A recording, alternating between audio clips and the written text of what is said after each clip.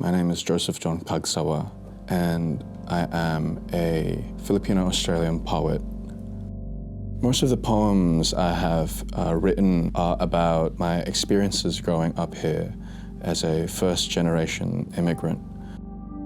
What my poems want to very much establish is that the experience of being a person living in Western Sydney is not it's not a singular experience.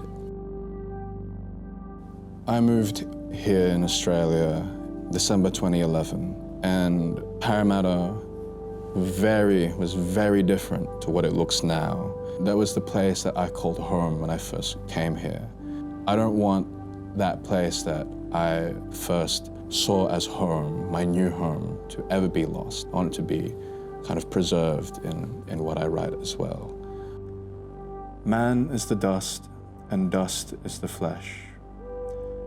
This commandment that has waxed itself in the minds of men has fossilized into the monsters of today. The albulario runs her callous hands through my back, millennia sleeping in her wrinkles.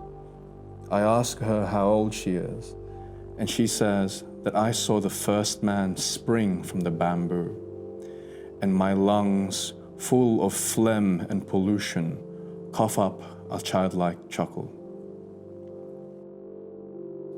Growing up and going to an all-boys Catholic private school in Parramatta, it definitely reshaped how I am as a person.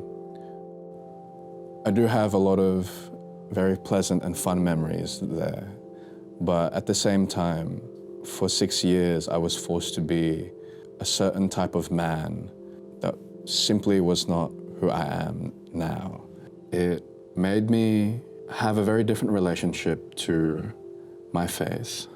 The environment of the school kind of forced you to be a certain kind of Christian that now, looking back after however many years it has been since high school, I simply, I do not have that relationship with my own God.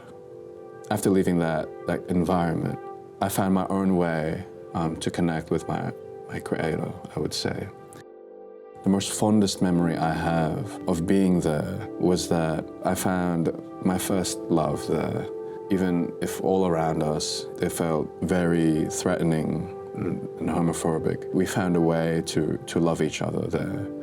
That feeling of having to keep it secret, of having to suppress all that love I had within me, I certainly took it outside of that school, and that has changed me a lot as a person. We are orphans of no great nation, no great narrative, baptized in oil spills, fed with the Eucharist of roadkill. Confessionals are claustrophobic, families are unaffordable.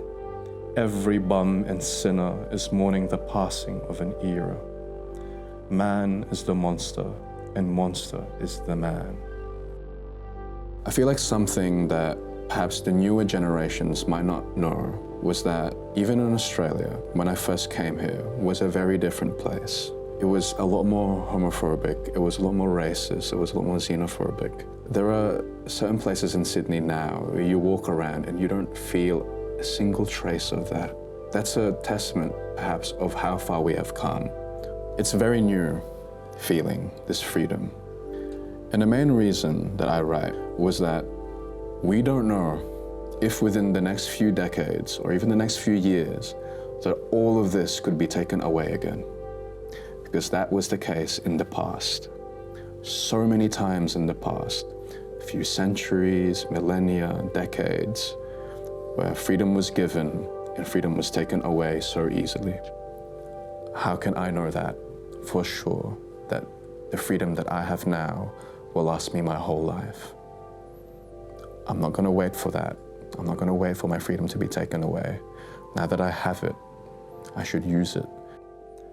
A man proves himself not by action, great deeds, or martyrdom. Man becomes man when man is free to become nothing. Nothing at all. Let my coffin of bamboo burn to dust. My body waits for no ghost.